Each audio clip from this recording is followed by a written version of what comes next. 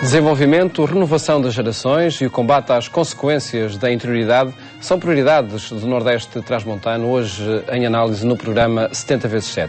Visitamos a Diocese de Bragança Miranda para lhe mostrar a realidade social e o esforço dos transmontanos para quebrar o ciclo do isolamento e da falta de oportunidades.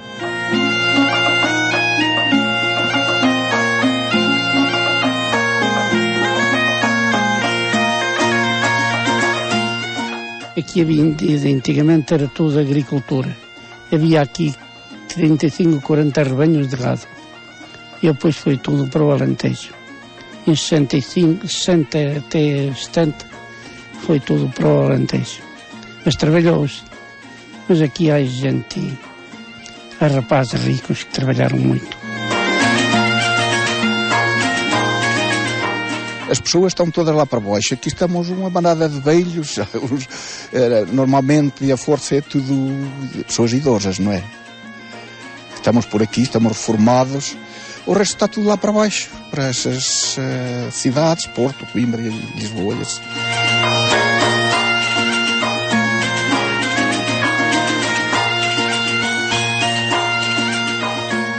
São lamentos que brotam do sentimento de impotência gerado por esse estado de coisas que remete estas terras, estas gentes, ao esquecimento e à distância de um desenvolvimento que se recusa a abandonar a faixa litoral do país e os centros urbanos.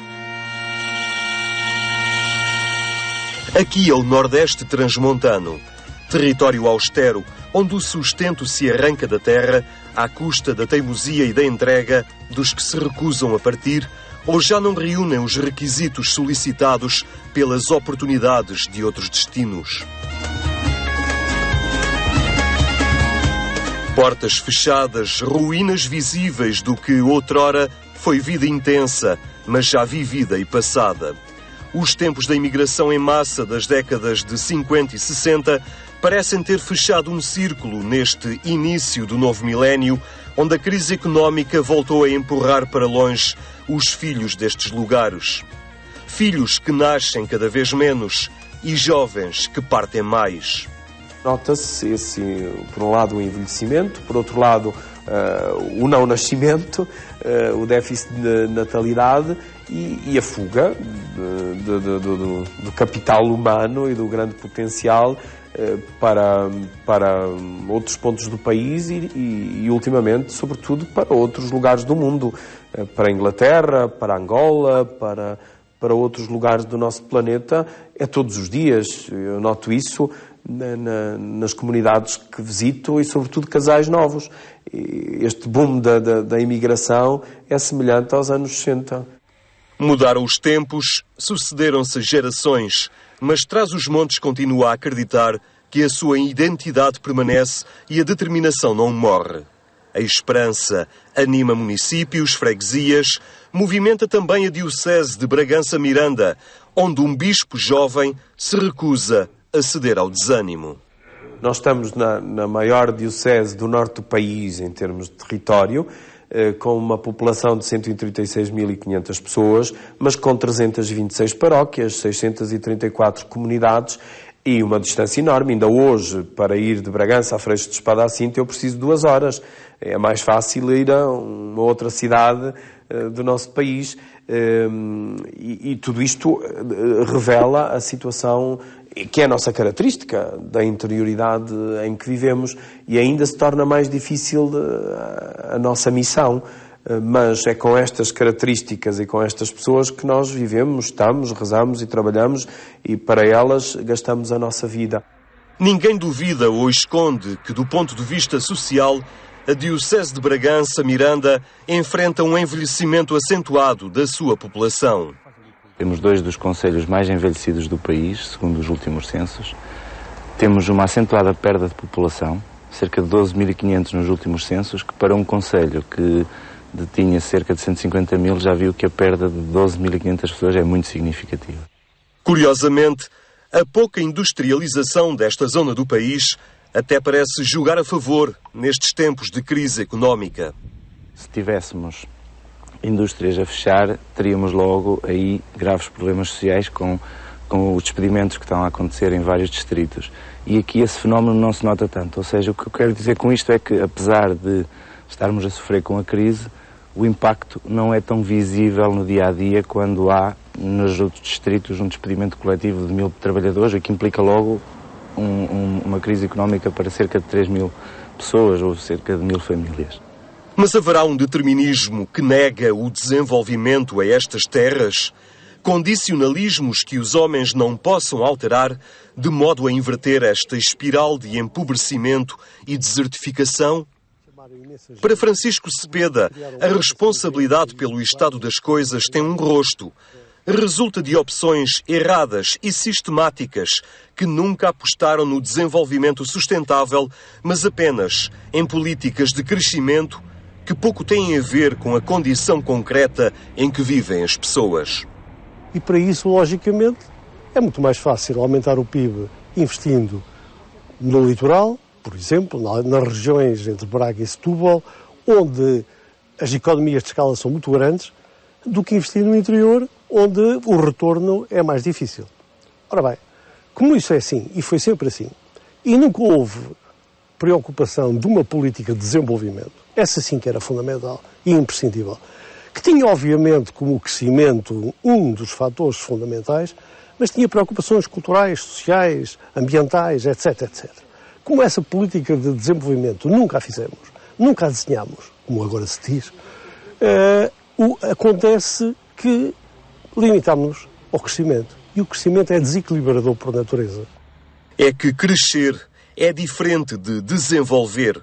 Nos últimos anos, um contributo importante chegou a estas paragens. Foi a fixação de alguns institutos politécnicos no interior, polos de formação e conhecimento que geraram competências e atraíram alguns jovens. Bragança, em termos de licenciados, o rácio licenciados por população ativa é dos melhores do país. Isto é uma coisa espantosa, não é? Que era inverosímil pensar isto há 20 anos. Há 20 anos atrás, não é? Bragança tem, sei lá, é a primeira cidade do país em termos de qualidade de vida.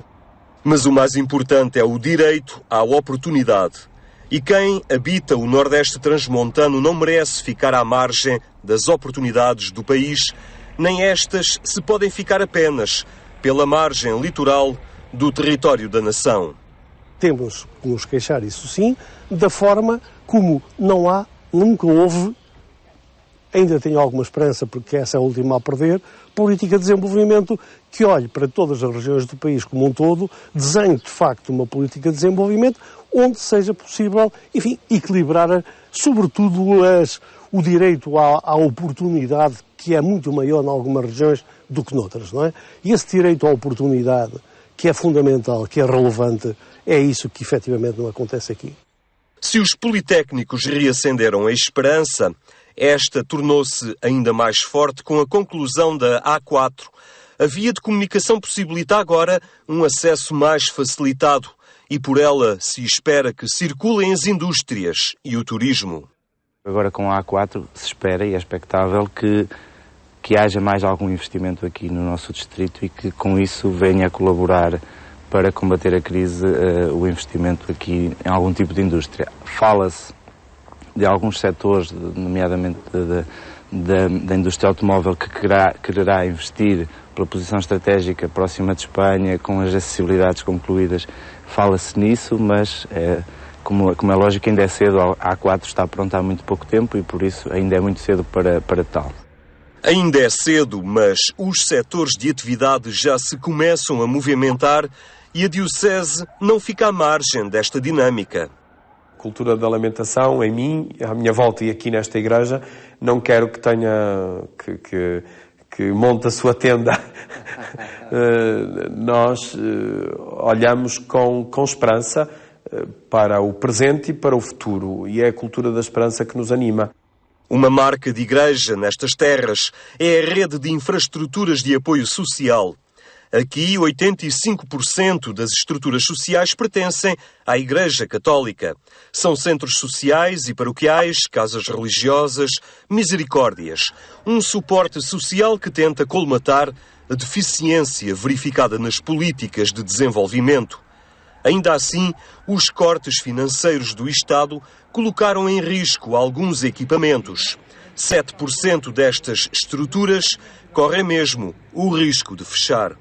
O que a Diocese tenta está a procurar responder, procurando soluções, quer seja através de soluções de junção de centros sociais e paroquiais, de associação, de trabalhar em conjunto, estudando outras formas para que elas não fechem ou que pelo menos as populações não fiquem desprotegidas. É verdade que os centros sociais e paroquiais surgiram um pouco sem alguma planificação no passado, o que foi um erro estratégico. O aparecimento de alguns centros sociais em alguns locais foram mal planificados, enquanto há outras cordas, outras zonas que não têm qualquer cobertura de instituições. E nós somos um distrito bastante grande. Um auxílio reside na cooperação entre o município de Bragança e a Diocese, uma conjugação de esforços que também se traduz na dimensão social. Os centros sociais e paroquiais, portanto, tem feito, a Câmara Municipal tem apoiado financeiramente praticamente todos os projetos. Não sei se haverá algum projeto no município de Bragança ou no Concelho de Bragança que não tivesse tido alguns pequeno apoio, outros apoio muito significativo da parte do município para que, de facto, a parte social, que entendemos também como uma prioridade neste novo período que se avizinha agora de grandes dificuldades a nível nacional e, tanto sentindo nós que as pessoas efetivamente passam por algumas dificuldades, nomeadamente aqueles que são mais vulneráveis, aqueles que são mais débeis, que se veem também enredados nesta tempestade de dificuldades que são criadas pela situação do país e que, nessa medida, não conseguem, de facto, fazer face às suas, digamos, necessidades básicas. As IPSS não são, de forma alguma, autossustentáveis sem a ajuda do Estado. Fala-se nisso, que as instituições têm que procurar a autossustentabilidade e têm que procurar ser mais autónomas para não depender tanto do Estado, e que também aqui se experimenta e se está a desenvolver alguns projetos para que haja mais autossustentabilidade por parte das IPSS. Mas é um caminho que é lento e que se está a percorrer. Casos de pobreza extrema não são habituais em Trás-os-Montes. Por aqui, a terra ainda vai dando o alimento. O problema maior prende-se com uma faixa da população catalogada como classe média que nos últimos tempos regrediu bastante a sua condição social. E essa pobreza envergonhada que se esconde e que nós temos que ver onde existe e tentar fazer alguma coisa através das instituições da Igreja, em primeiro lugar, que não têm capacidade de resposta para tudo, longe disso, porque as situações são tantas. E, enfim, a capacidade da Igreja, sobretudo da Igreja local, não é muita. De qualquer maneira, hoje em dia há uma preocupação muito maior, há um dinamismo muito maior na Igreja local, nota-se perfeitamente que há vontade de mudar toda esta situação. Agora, enfim, os recursos são limitados por natureza e vamos fazendo aquilo que podemos, sobretudo chamando a atenção de quem de direito, porque estas situações têm que ser resolvidas por todos nós, em conjunto. Ou seja, o Estado tem que resolver estas situações e é evidente que a Igreja, dentro das suas possibilidades, tem também que contribuir e tem contribuído e vai continuar a contribuir. Uma situação social que não é ignorada pelas comunidades cristãs. As paróquias também se estruturam em redes que sinalizam e atendem os casos mais urgentes. Nós sabemos em que lugar estão, por exemplo, os desempregados, qual é na cidade o ponto da cidade. Portanto, o bairro onde realmente há mais desempregados, as famílias onde estão 2 desempregados, as famílias onde há só um desempregado. Portanto, temos esse estudo que fizemos primeiramente. A mesma coisa também para a pastoral, do que nós chamamos, aliás, o Papa começou, chamadas periferias existenciais. Portanto, nós sabemos neste momento onde temos, por exemplo, uniões de facto, onde temos divórcios, onde temos, enfim, um certo número de problemas. E nós vamos, neste momento concreto, e é, digamos assim, o fundamento deste projeto é ir ao encontro das pessoas, portanto, sair da Igreja, ir para fora e saber onde estão os problemas. E agora, não querer que as pessoas venham para a Igreja, que não é isso que nos interessa nestes projetos, mas precisamente que seja anunciado. Mas por aqui a pobreza também se chama solidão. Uma carência relacional que deriva da escassez humana e da desertificação das aldeias e lugares cada vez mais vazios e abandonados. Porque não é só o problema da pobreza em si, em alguns casos. É o problema da solidão. As pessoas estão completamente isoladas. Os filhos foram embora. Há aldeias onde há 4 ou 5 pessoas neste momento. E a tendência para desaparecerem. Que vão fechar, autenticamente. Quando morrer a última pessoa, fecha a aldeia. Isto, desculpa a expressão, mas é mesmo assim. É mesmo assim. Ora bom, é este papel de tentar, pelo menos, enfim, dar não só um abrigo à pessoa, mas, sobretudo, permitir-lhe dialogar com outras pessoas que, ao fim e ao cabo, estão em circunstâncias muito semelhantes e terem um fim de vida, pelo menos, melhor do que aquele que estavam para ter, porque estão completamente isolados.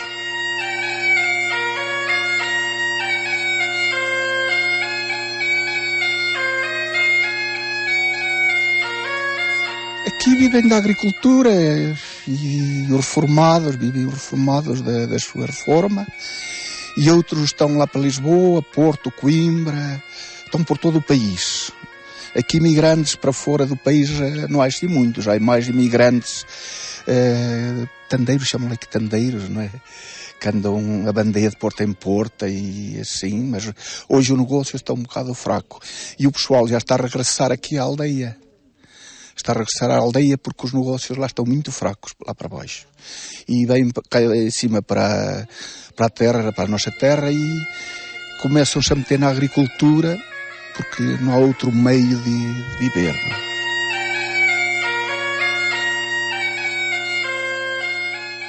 Há uns anos, Francisco Cepeda fez um estudo para a Associação de Municípios em que perspectivava a situação das aldeias da Terra Fria Transmontana para o ano de 2021.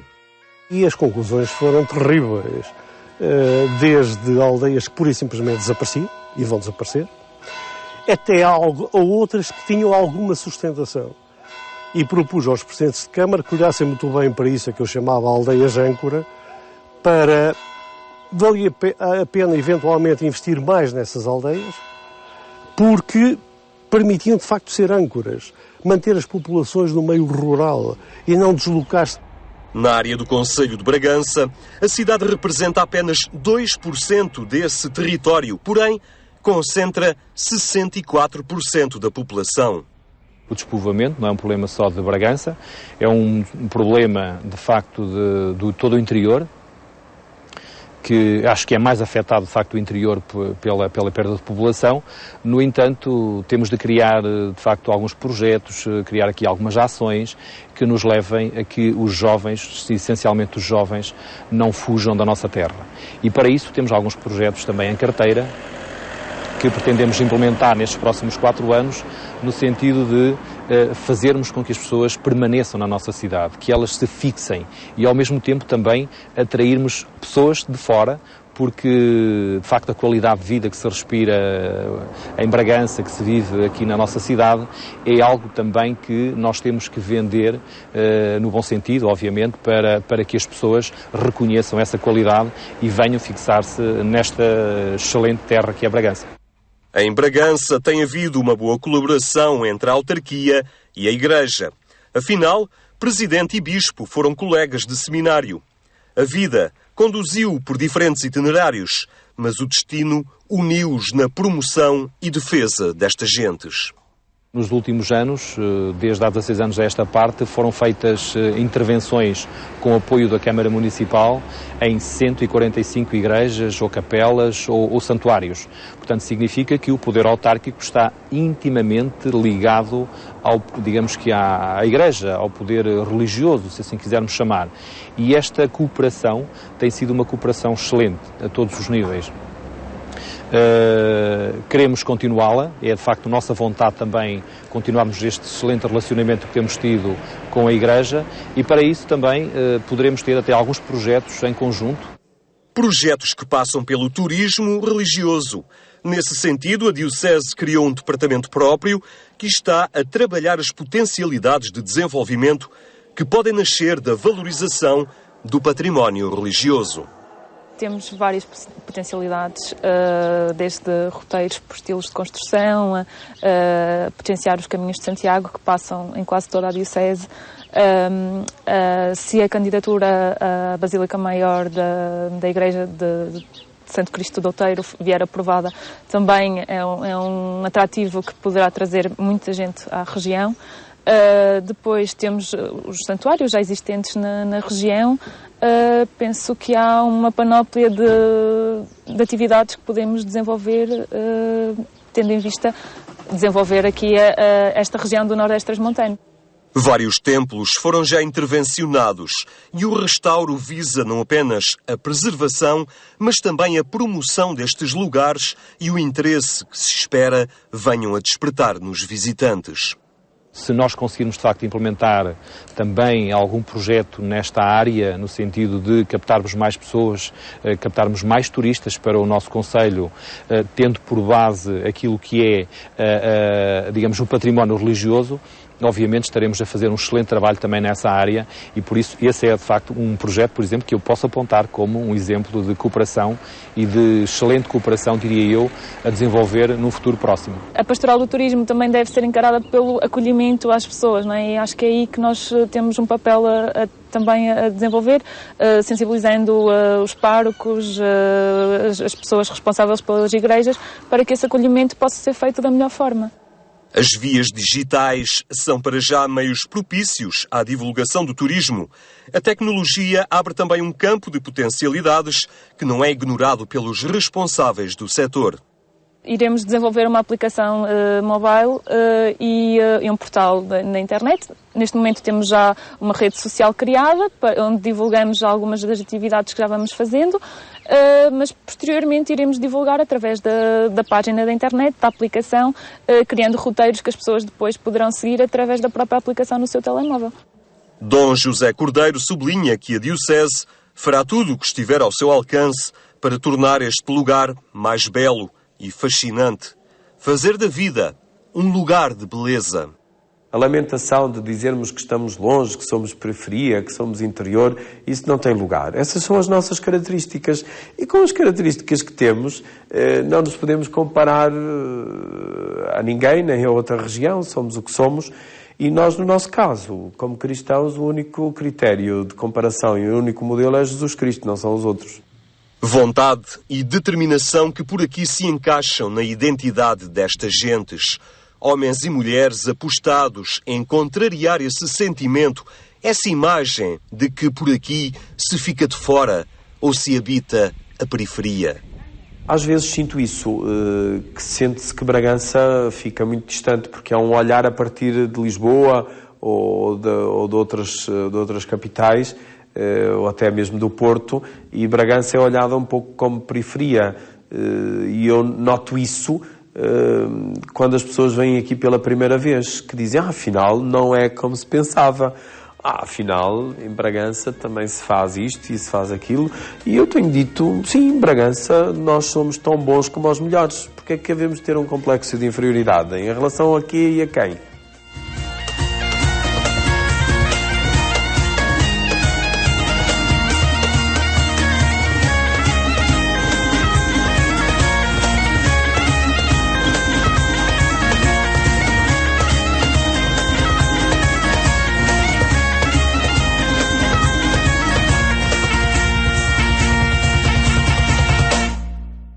Pistas para o desenvolvimento no território transmontano, no programa 70x7 de hoje. Na próxima semana, o tema do diálogo interreligioso estará em análise neste programa. Até lá, votos de bom domingo e de uma ótima semana.